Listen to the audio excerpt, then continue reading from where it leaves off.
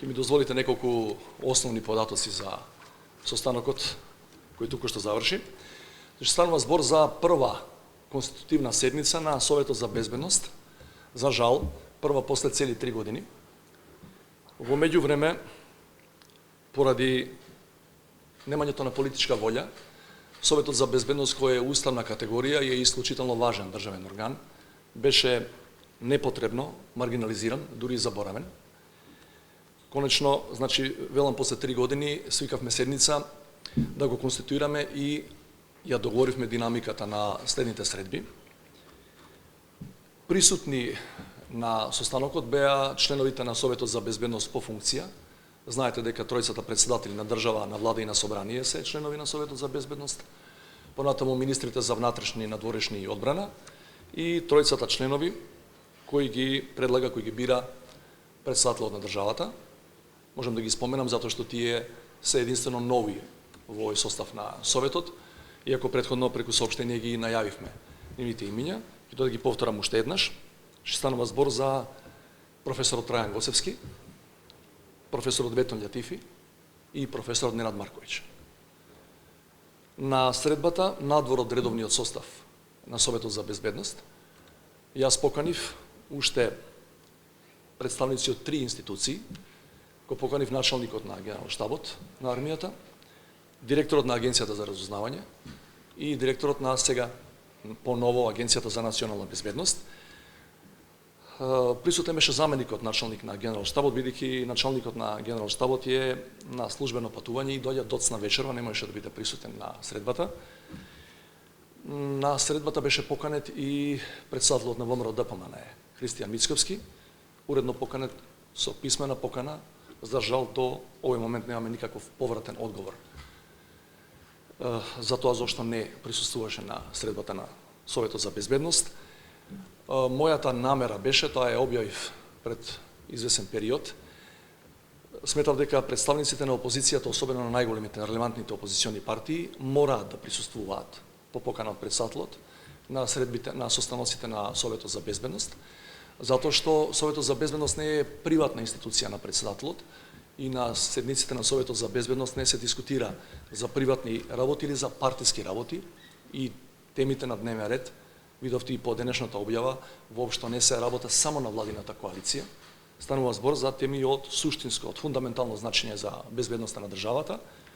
Да ја повторам уште еднаш, темата на денешниот Совет за безбедност, значи безбедносна ситуација внатре, во нашата земја, во Република Северна Македонија и во регионот. Така што, моја задача беше да ги поканам сите оние кои мораат да бидат информирани за тоа што се случува на тој план, сосема небитно кој е на власт, а кој е во опозиција. На средбата представниците од надлежните служби и надлежните министерства реферираа за безбедносната состојба внатре во земјата и во регионот, со евентуален импакт на внатрешната безбедносна динамика. Заклучок беше дека Република Северна Македонија во наредниве 40 до 50 дена влегува во еден период, временски период, кој може да биде турбулентен и од политички и од безбедносен аспект, затоа што знаете дека наредниот период очекуваме дефинитивно завршување на неколку битни ратификации во однос на нашето НАТО членство и се разбира во средината на следниот месец очекуваме одлука на Европскиот совет за отварање на пристапните преговори со Европската унија. Заклучок беше на Советот за безбедност дека безбедносната ситуација во земјата е стабилна и дека нема никакви индикатори ниту внатре во нашите граници, ниту надвор од нашите граници, значи во блискиот и поширокиот регион, дека таа може битно, суштински да се влоши до нивото да го загрози интегритетот и суверенитетот на Република Северна Македонија. На средбата на крајот договоривме динамика на следни средби.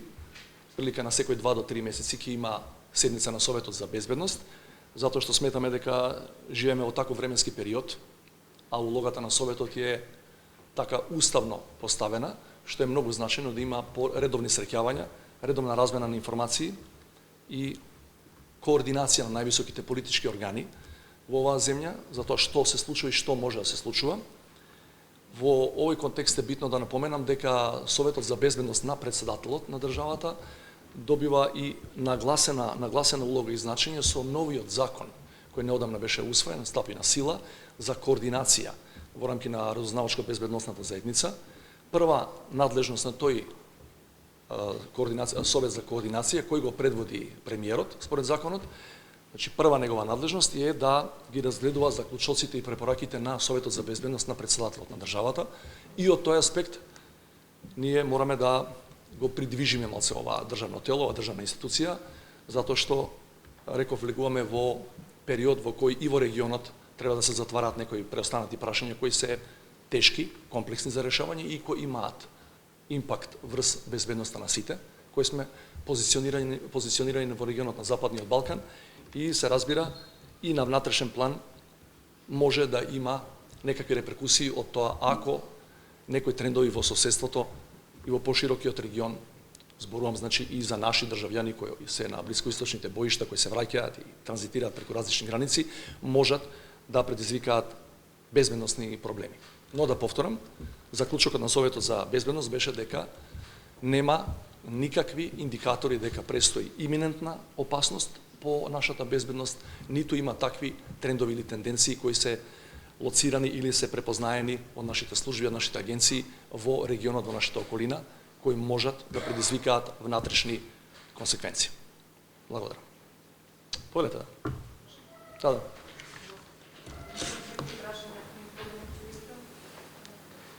Првото прашање речите во 9:45 може се турбуленци, ако не постојат последници закани, за како на турбуленци одговорите, дали узимете во регионот? Може да одговориме едно по едно, да не ги запишувам. Значи, зборувам за слични примери во нашето непосредно обкружување, кога државите беа на прагот да влезат во НАТО или во Европската Унија, а на некои структури пошироко, значи не само во нашиот регион, тоа не им одговараше. Ние мораме да антиципираме што на тој план евентуално може да се случи, затоа што сите ние мислиме дека работата не е веќе завршена и сите служби мора да бидат подготвени да ги анализираат сите информации до кои доаѓаат и да предвидуваат што може да се случи. Значи, тоа е едно. Државата е, знаете, на прагот на влез во НАТО членство и на прагот на отварање на преговори со Европската Унија, особено во делот на безбедноста го потенцирам членството во НАТО, кај што работите се движат во добра насока и со добро темпо, меѓутоа не можете до последниот момент, до формалното наше зачленување да исклучите дека нешто може да се случи или некој може да се обиде да го попречи тој пат наш кон полноправно зачленување во Северноатлантската алијанса. Значи, тоа се работи кои ни ги покажа скорешната историја и ние мораме, платени сме за тоа да се грижиме, да ги следиме тие трендови и да ги анализираме и соодветно се поставуваме. И втората работа, гледате дека од највлијателните меѓународни фактори доаѓаат некакви засега половични информации дека е можно скорешно заживување на диалогот Белград-Приштина, независно што на Косово ќе има скоро избори, а на пролет ќе има избори во Србија. Меѓутоа, тоа прашање сами по себе знаете дека има огромен потенцијал да влие на добар или на лош начин врз остатокот од регионот на Западен Балкан. Ние граничиме со двете држави на нашиот север и мораме да бидеме подготвени за сите варијанти кои евентуално можат да се случат во рамки на преговорите. Тоа подразбира ние да ја објаснуваме нашата позиција и кое решение би било најпозитивно за нас како држава, како Република Северна Македонија.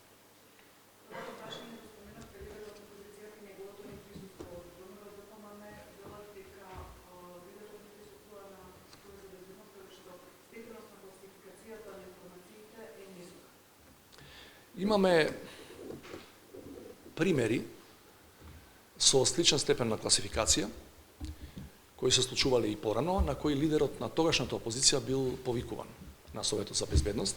Инаку да знаете, се подпишува изјава, оние кои нема безбедносен сертификат, а доаѓаат, поканети се да доаѓаат на Советот за безбедност, тие подпишуваат изјава дека нема да издадат тајна која евентуално може да ја чујат за време трајањето на седниците на Советот.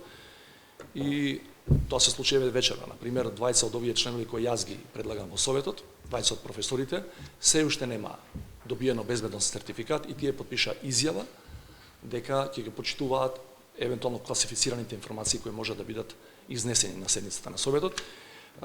Мислам дека станува збор за изговор, затоа што ви кажав, разговаравме за многу сериозни прашања и може да замислите, значи, дури и во времето на најдлабоката, најголемата политичка криза 2015-2016 година, тогашниот лидер на опозицијата Зоран Заев беше повикуван кај тогашниот председател Иванов на седници на Советот за безбедност и пред и под диво населје, и пред големиот и после големиот имигрантски бран. Значи, за овие прашања, за безбедноста на државата и за безбедноста на регионот, кој може да има импакт на безбедноста на нашата држава, не можеме да се изговараме со административни образложенија дека нивото на заштита било вакво или онакво. Повторувам, кога сте поканети за вакви битни работи, мора да покажете државничка далековидост.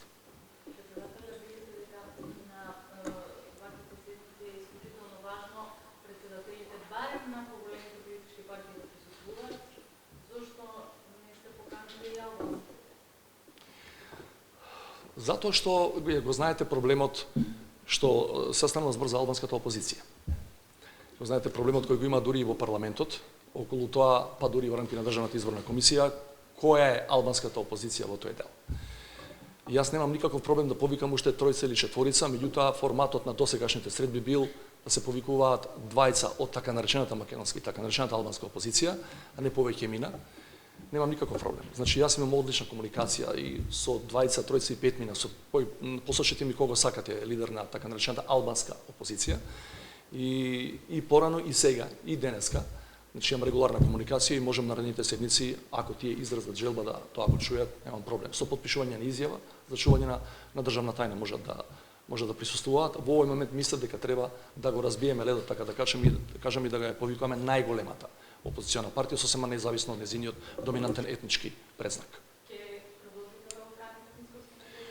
Се разбира. Тоа ми е задача. Ние сме платени за тоа, ние мораме да работиме во интерес на сите граѓани. Паметите, мојата прва изјава, мојот прв настап во собранието на денот на инаугурацијата беше дека мој политички приоритет е да го штитам во секоја ситуација така нареченото политичко малцинство од евентуалните злоупотреби на политичкото мнозинство. Се разбира дека ќе продолжам да го правам тоа. Да.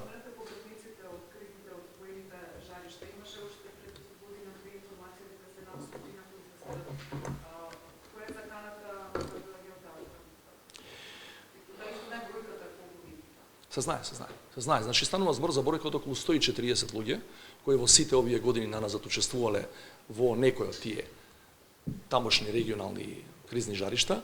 Околу 80 од нив се вратени, не сите овие години, не се разбира последниот месец, меѓутоа од службите добивме уверување и добивме чисти податоци дека сите тие се под надзор и дека будно се следи, што се вели, секое нивно евентуално постапување спротивно на нашите закони. Кој е? Најголемиот дел од нив се вратени во Република Северна Македонија пред да биде донесен тој закон.